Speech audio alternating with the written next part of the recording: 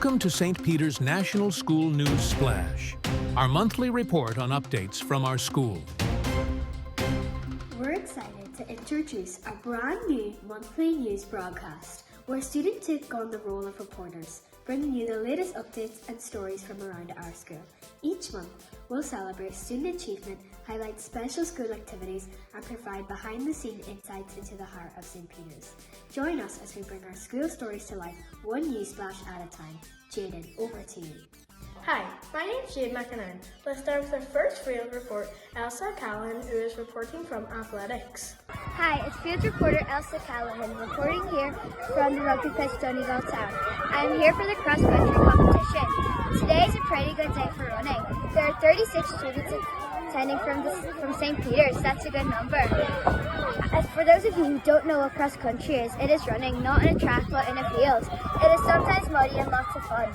If you come in the top 10, you'll get a medal. You could even get a team medal. If you get a medal, you might get through to the next round. This is field reporter Elsa Callan reporting here from the St. Peter's News Flash. And now we have our sport correspondent, Ava Keneally, to give you an update on how St. Peter's got on at athletics.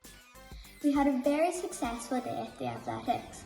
Now, considering we are in the large schools category, St. Peter's came away with a whopping 19 medals. Not to brag, but we really are a talented bunch. Back to you now, Jaden. We had two visits to our school recently, no other than Irish duo Katie Jorston Levy and Linda Kelly, who won a gold medal at the Paris Paralympics. Anna Hagan and Eve Hamilton, who had the honour of interviewing them. It's school reporters Anna and Eve here, reporting for St. Peter's News Flash. I'm honoured to be here with Katie Jorston-Levy and Linda, who is one of Ireland's most successful para-cyclists. Katie Jorston-Levy and Linda have won several gold medals at Paralympic Games and World Championships. When did you first get interested in sports? I started sport at a young age. I did many sports, and when I was a teenager I started to compete in swimming and athletics, and then when I was at university I started to row, and I rowed for many years, 6-7 years. I won 2 world championship medals in rowing, paddle rowing, and in 2011 I was asked to try out for paracycling by the head coach, and it was a year before the London Paralympic Games, so less than a year later I competed in London, which was my first Paralympics. And that was, now Paris just recently was my 4th Paralympic Games. Who is your biggest inspiration? Biggest inspiration? That's a hard one. I think just my family, my mum and dad are my inspiration, and when it comes to sports I just remember Sonia O'Sullivan. I was big into athletics when I was a child, and I just remember her racing, winning the Olympic medal in Barcelona, so she's one of my inspirations kind of growing up in terms of sports people. Linda, what does it feel like to compete in the Paralympic Games? It's a dream come true. I think it was such a great opportunity to be at the biggest sporting stage in the world, and just to be competing with so many athletes from different nations, and just being there, the whole atmosphere in Paris was just amazing. It's something I'll always cherish and always remember. And then the competition itself was just, the time trial, the road race, it was just we're both still over the moon because we're not home long, so we're still soaking it in and we're going to enjoy it every moment. What is your favourite memory from the Paralympics? I think winning that gold medal was definitely my favourite memory. Before we finished, we got, we had our coach behind us in the car. We're doing the time, this is the timed effort. I was a Paralympic champion from Tokyo going into this, and we were also world champions going into it. So we were kind of favourites, we had the pressure on us as well.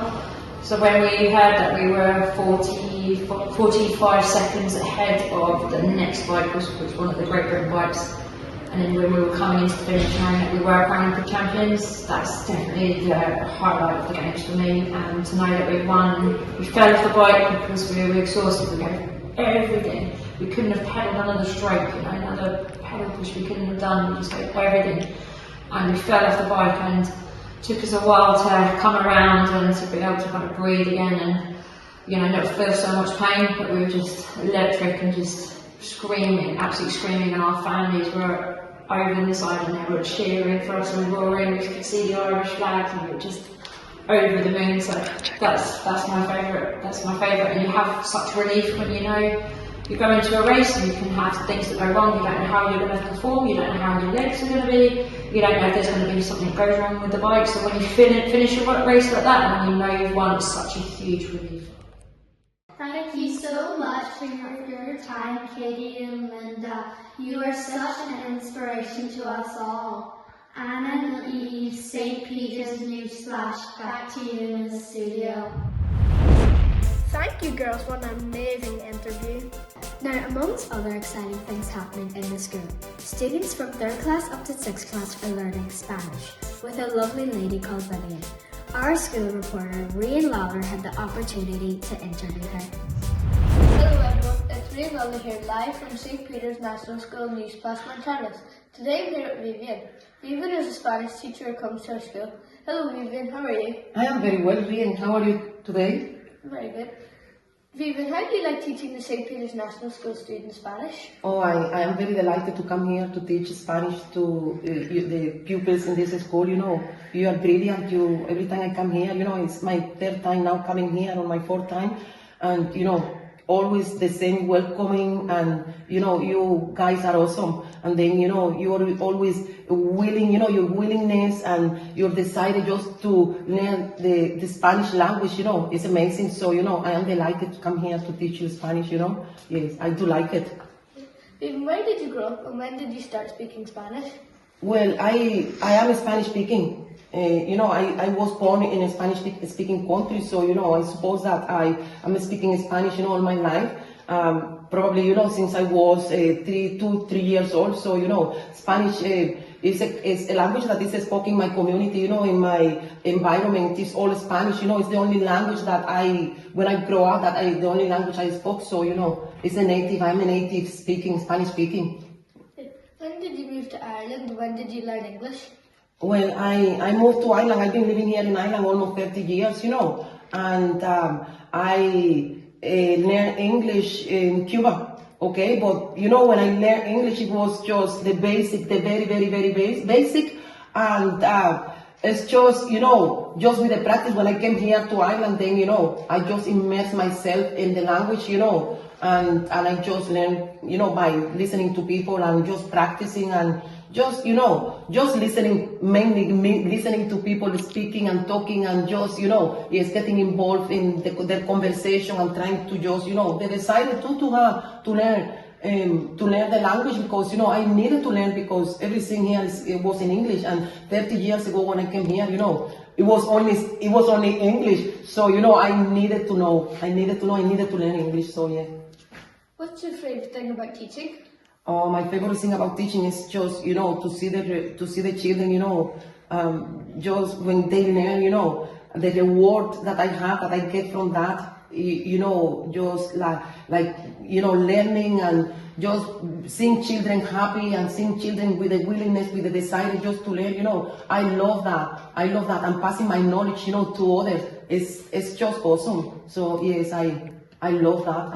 I like teaching it. Thank you so much, Vivian. We love having you in our school. That's all from me, Rian Lawler, school correspondent. Newsflash. Finally, we want to talk to Philomena O'Reilly about SNA Appreciation Day, which we recently celebrated in the school. Philomena, can you tell me a little bit about it? SNA Appreciation Day is a special day for showing our thanks for special needs assistants who are so important in our schools. In our school, we are lucky to have Rosie, John, Darren, Oren, Stephanie and Anne. We made them cards and gave them treats to show how much we care. Thank you, Philomena. That's a wrap for this edition of St. Peter's Newsflash. Thank you for tuning in and staying up to date with the latest happenings in our school community. Until next time, stay curious, stay informed and keep making a splash.